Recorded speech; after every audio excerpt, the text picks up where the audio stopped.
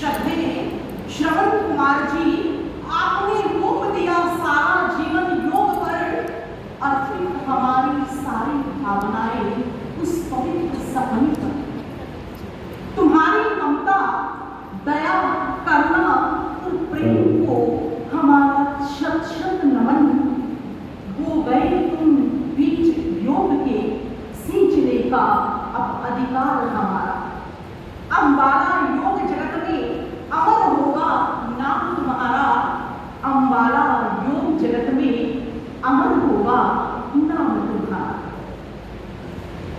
योग कक्षा में उपस्थित आप सबको मेरा सादर प्रणाम एवं योग स्थापना दिवस की हार्दिक बधाई। योग का महत्व बताने से पूर्व मैं अपने योग गुरु श्री श्रवण कुमार जी को शत शत नमन करती हूँ, जिन्होंने मुझे यहाँ खड़े होकर योग के विषय में अपने विचार व्यक्त करने के योग्य बनाया।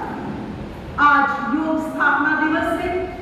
सन 2013 में योग क्रिएचर नाम से योग संस्था आरंभ की गई थी।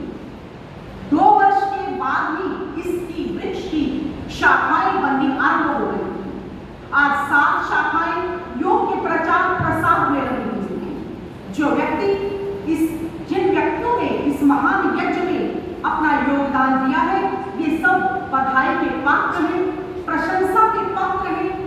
कुछ कर्तव्य भरी उनके लिए हो जाए।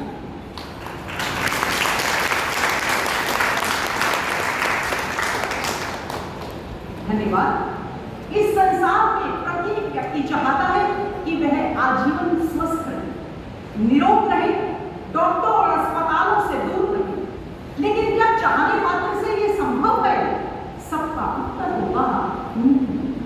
इसके लिए हमें स्वास्थ्य संबंधी नियमों का पालन करना होगा, प्रकृति के सानिध्य में रहना होगा, पौष्टिक आहार एवं सात्विक जीवन शैली अपनानी होगी।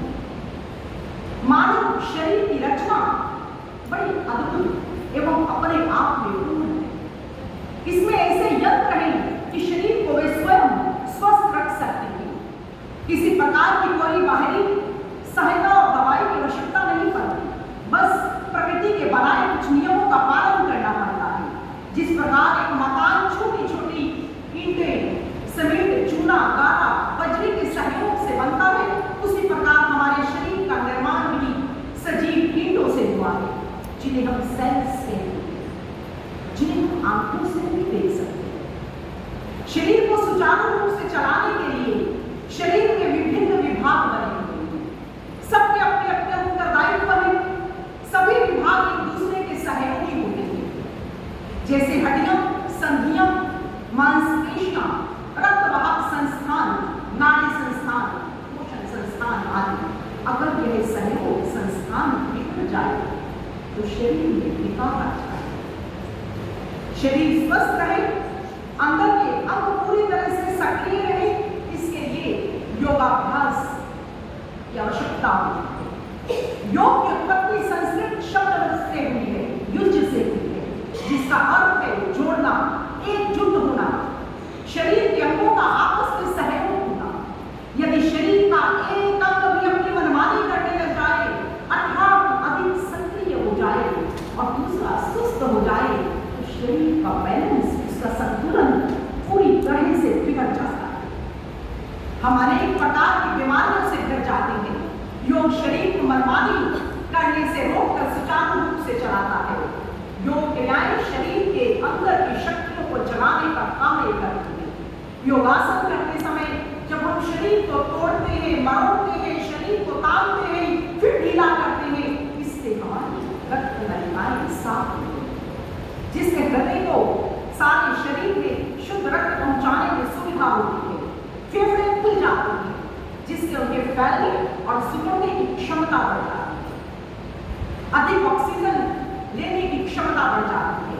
पाचन संस्थान स्वस्थ रहते हैं, शरीर की सफाई होती है।